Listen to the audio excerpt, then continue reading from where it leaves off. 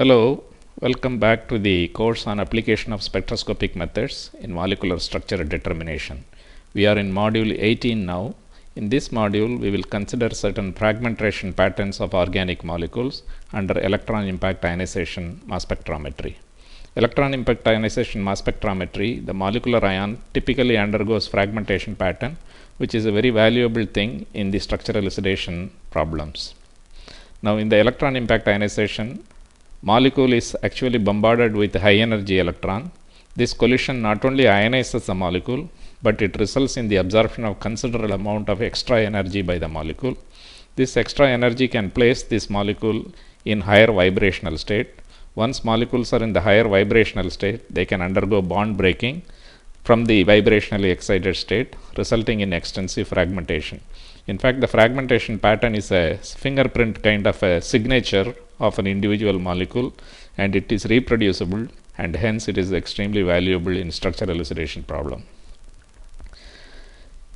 Typically, if a molecular ion has a lifetime more than 10 to the power minus 5 seconds, the corresponding peak will be registered in the mass spectrum. However, molecular ions which less than 10 to the power minus 5 seconds of lifetime break apart into fragments in the ionization chamber itself before they are accelerated. But then not all molecular ions formed during ionization have the same lifetime. Hence, some of them will be fragmented and some of the molecular ions will still get registered as molecular ion in the mass spectrum.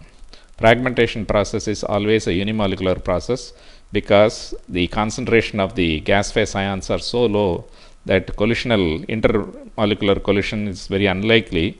That is the reason one says the fragmentation process is always a unimolecular process under mass spectrometry conditions. The molecular ion is actually obtained by knocking off an electron from the organic molecule. Organic molecules typically have even number of electrons. Therefore, when it is ionized to a cation radical or an anion radical, they become odd electron species. That is why they are called the radical cations or the radical anions. Odd electron ions have even mass if there is no nitrogen present. If they have a nitrogen present, one nitrogen or odd number of nitrogen present, then it will have odd mass, and the fragmented even electron ions will have odd mass. This is something we can see in practical terms when we consider the fragmentation pattern of various molecules. The most probable fragmentation is the one that leaves the positive charge on a fragment with the lowest ionization potential. This is understandable because the ion will be stable ion. It is the most stable ion that is going to be resulting in the fragmentation pattern. So one can even predict the fragmentation pattern based on the stability of ions, based on the electronegativity, polarizability, resonance stabilization, octet rule. All this can be applied towards the stabilization of a particular ion. So it is possible to predict the fragmentation of certain class of compounds, organic compounds. There are two ways a molecular ion can fragment. The first mode is essentially cleavage of a single bond to produce even electron odd mass fragment and a radical. This is illustrated in this example. If we take the benzyl bromide as an example, the radical cation of benzyl bromide will have two molecular ions because of the bromine, 170 and 172. This is an odd electron species because it is a cation radical, but the masses are even, you can see here. When it undergoes the fragmentation to get rid of the bromine radical is produced. The resulting ion is actually an M by Z value 91, which is an odd mass, and it is an even electron species because one of the electron has gone with the bromine. So the cation radical, when it undergoes a fragmentation process in this particular manner, it produces an odd mass and an even electron species. This is what is meant by the statement, cleavage of one prod produces an even electron odd mass fragment and a radical. Let us consider the case of tertiary butyl benzene. Tertiary butyl benzene, one of the carbon-methyl bond can be broken, resulting in the formation of a tertiary cation, which is a stable cation. Similarly, here also the benzyl cation is a stable cation. That is one of the reasons why the carbon-bromine bond is weakened during the fragmentation process that takes place selectively to get rid of the bromine to get the benzyl cation, which is a stable cation. This is a dimethyl substituted benzyl cation. It should be even more stable because it is a tertiary cation compared to this one. Once again, if you see, you start with a even molecular weight. After the fragmentation, to get rid of this methyl radical, you get an odd mass which is 119. This is an odd electron species with a even mass, and the fragmented molecule is an odd electron species with a even mass. This is what is meant by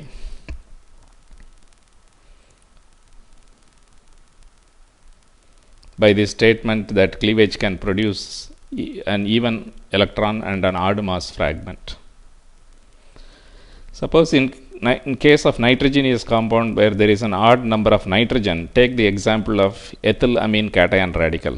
Because of the presence of nitrogen, the mass is odd, but the molecular ion is also a odd electron molecular ion. So both the mass as well as the electron count are odd in this particular case. When a fragmentation takes place, in this particular case there are two types of fragmentation that can take place. In the first fragmentation, a methyl can be lost, resulting in the formation of an iminium ion which has an even number of mass and even electron count also. On the other hand, the alpha hydrogen can be removed as a H dot, resulting in the formation of a methyl substituted iminium ion. The difference between this and this is that this is a methyl substituted iminium ion, this is a simple iminium ion. This is a even electron and a even mass species because there is a nitrogen present in this particular case. The second mode of fragmentation of a molecular ion is to cleave two bonds. This typically happens when you have something like a retro-Diels-Alder reaction taking place or a McLafferty rearrangement kind of a rearrangement that is taking place. In all of this process, a closed shell molecule such as water, carbon monoxide, carbon dioxide or nitrogen, ethylene, acetylene, these are simple molecules which are released during the course of the fragmentation. Let us take the example of cyclohexene cation radical. Cyclohexene cation radical, one of the fragmentation processes is to lose ethylene to give butadienyl cation radical. Now you start with an odd electron species and you end up with an odd electron species with the removal of a neutral small molecule like ethylene in this particular case. The mass is even to start with and you end up with the even mass also. So an odd electron even mass species upon a fragmentation to release a neutral molecule like ethylene essentially ends up with an odd electron even mass kind of a species. This is true in this case. The hydrogen is migrating to the oxygen, resulting in the formation of the enol, which is registered as the radical cation, and a neutral molecule of ethylene corresponding to this particular fragment is released. We will see the mechanism of the retro-Diels-Alder reaction and the McLafferty rearrangement in a while. As I mentioned earlier, the electron impact ionization mass spectrometry fragmentation pattern is a reproducible one if it is carried out under controlled condition, typically at 70 electron volts of energy of the electron beam, which is the excitation beam. Now, if the molecular fragmentation pattern is reproducible, then one can actually create a library of fragmentation pattern of various types of molecule, and this fragmentation pattern being a fingerprint kind of a system, it is easy to identify molecules, unknown molecules, and correlate it with the known fragmentation pattern. Fragmentation process is often predictable for a given class of molecule. This is what is meant by the fact that the fragmentation takes place to produce the most stable cation and so on. Based on this predictability is what is essential for the identification of the organic molecule based on the pattern recognition. Therefore, this is useful in the structural elucidation problem. That is, the fragmentation pattern is useful in the structural elucidation problem. Now, the commonly observed fragments which are lost during their fragmentation process and their masses are given here. Normally, when there is one mass unit different from the molecular ion, this is typically of a hydrogen atom loss. If there is a 15 unit of loss, then it corresponds to methyl CH3.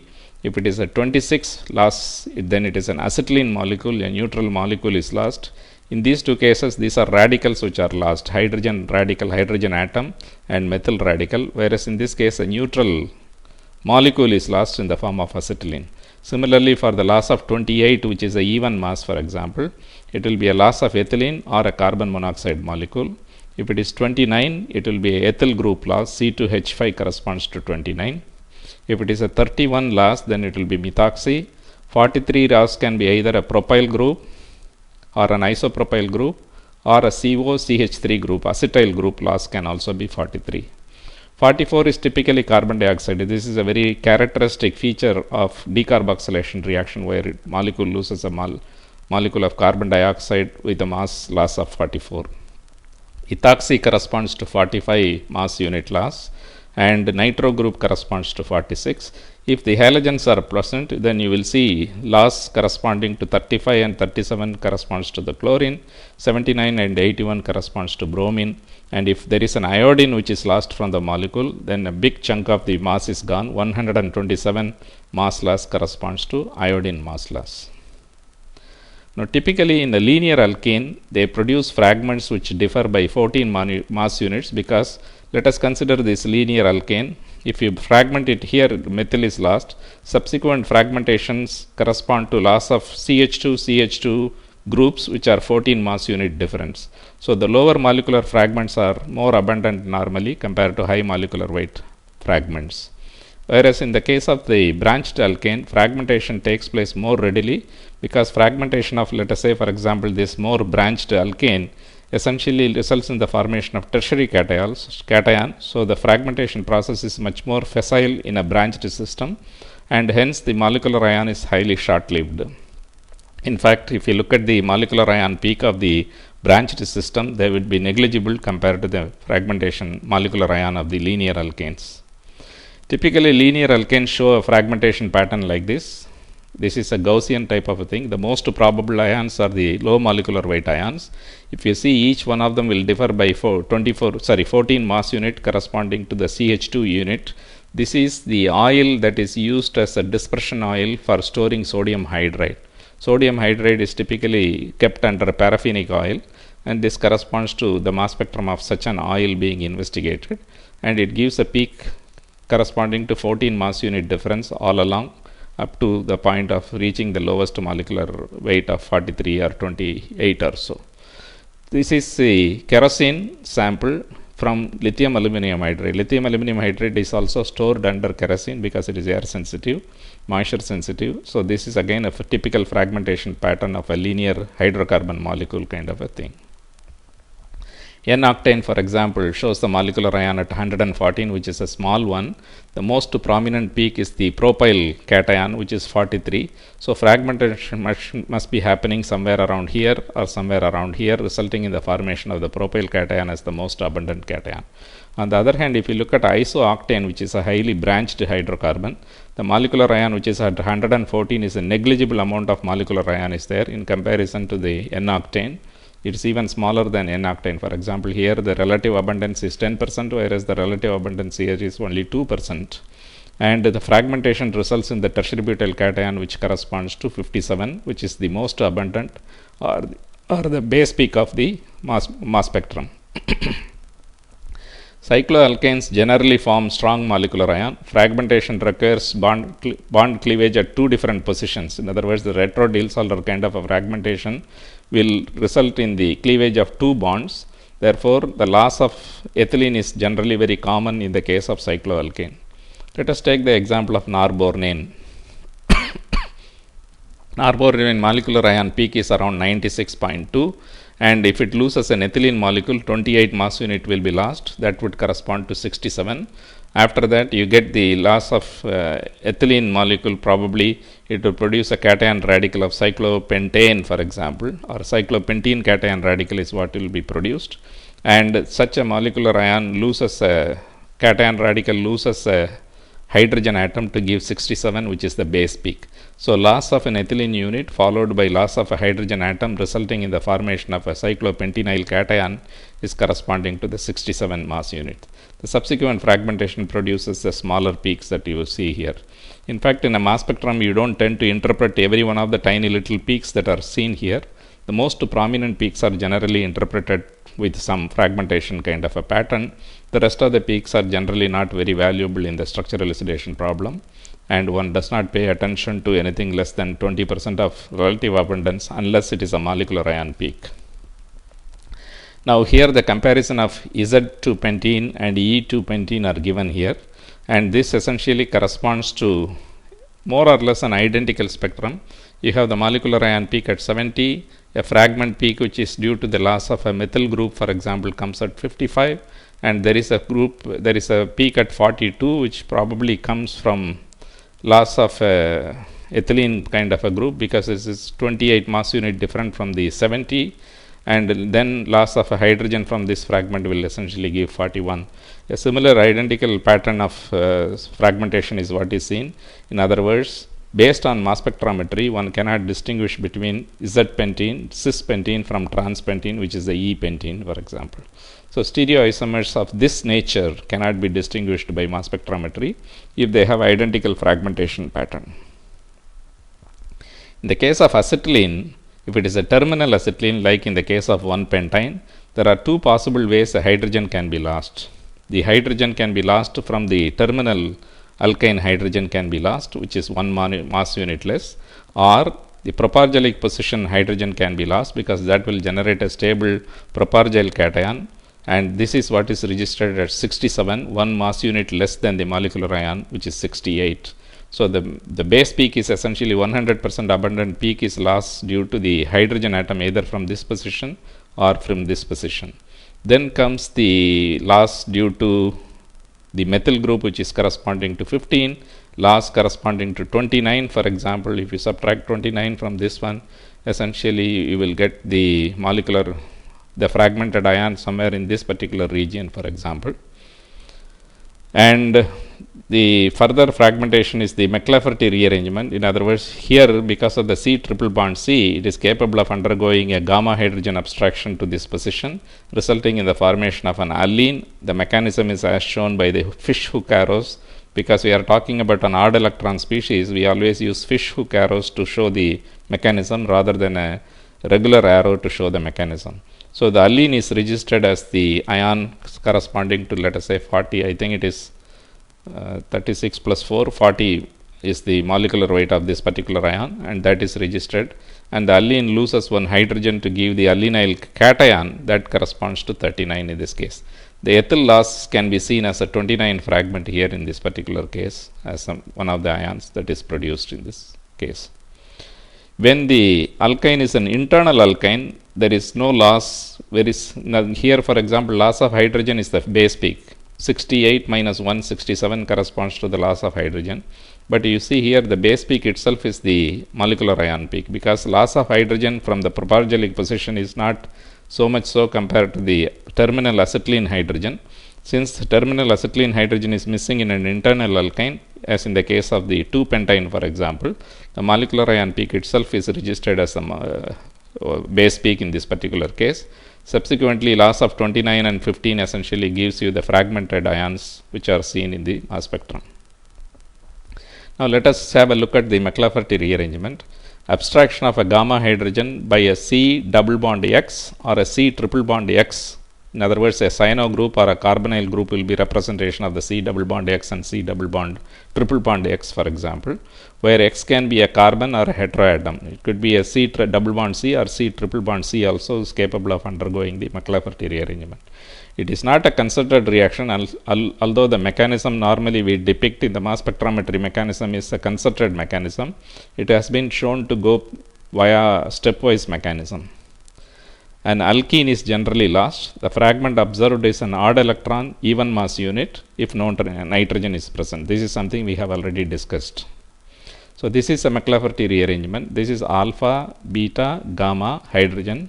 This is a gamma position hydrogen which is subtracted by the X, resulting in the formation of this kind of a ene product, and one of the ethylene is lost from this beta gamma carbon is lost as a ethylene unit in this particular case. So typically an alkyne is lost during the McLafferty rearrangement.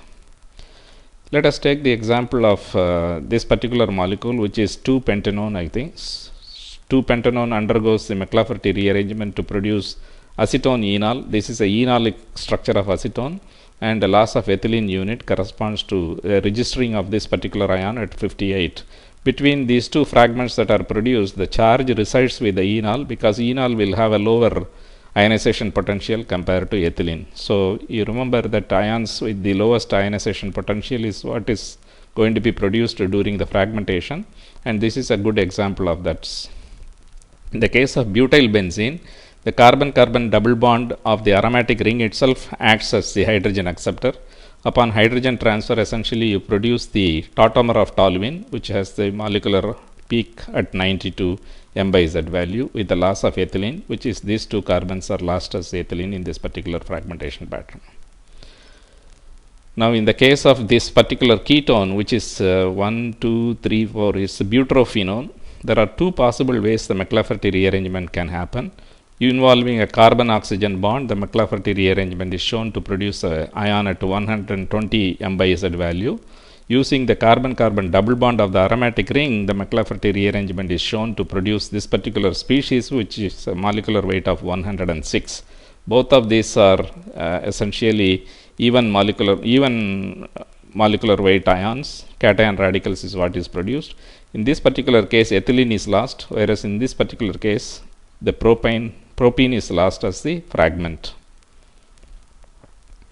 The butrophenone can also undergo another type of a fragmentation, that is by alpha fragmentation, which is resulting in a stable acyl type of a cation. This is a benzoyl cation is what is produced with a mass registered at 105, and this can lose a carbon monoxide molecule to produce a phenyl cation, which is at 77.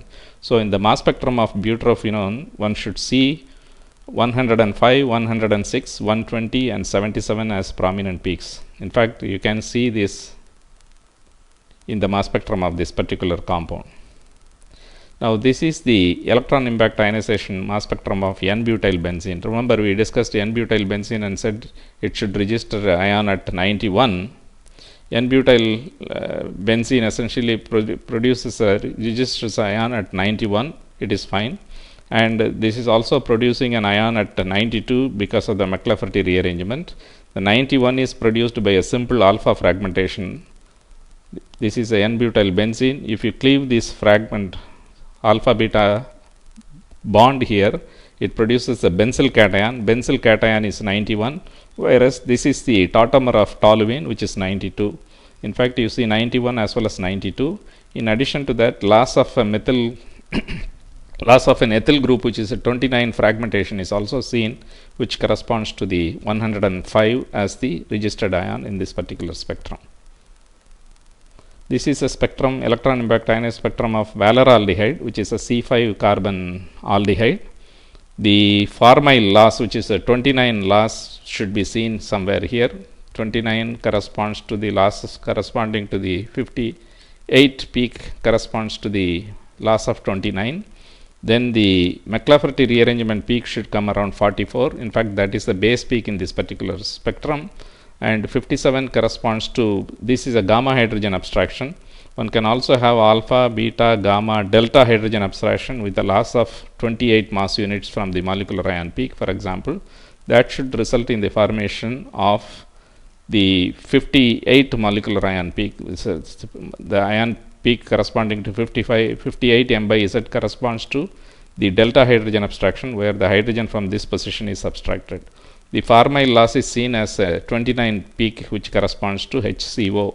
In fact, this alpha fragmentation results in HCO formation as a acylium cation in this particular case.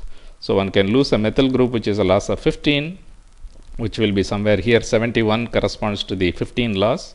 One can have a loss of this butyl group here, forming the corresponding formyl cation, which is 29, for example. The butyl cation itself is registered somewhere here, probably, and the McLafferty rearrangement product is registered at 44. These are the fragmentation patterns. So what we have seen is the fragmentation pattern of some simple organic molecules. McLafferty rearrangement and alpha fragmentation, which is a simple fragmentation, is what we have seen. In the next module, we will continue with the Diels-Alder fragmentation and many other functional group fragmentations, and consider the electron impact ionization fragmentation pattern further. Thank you very much for your attention.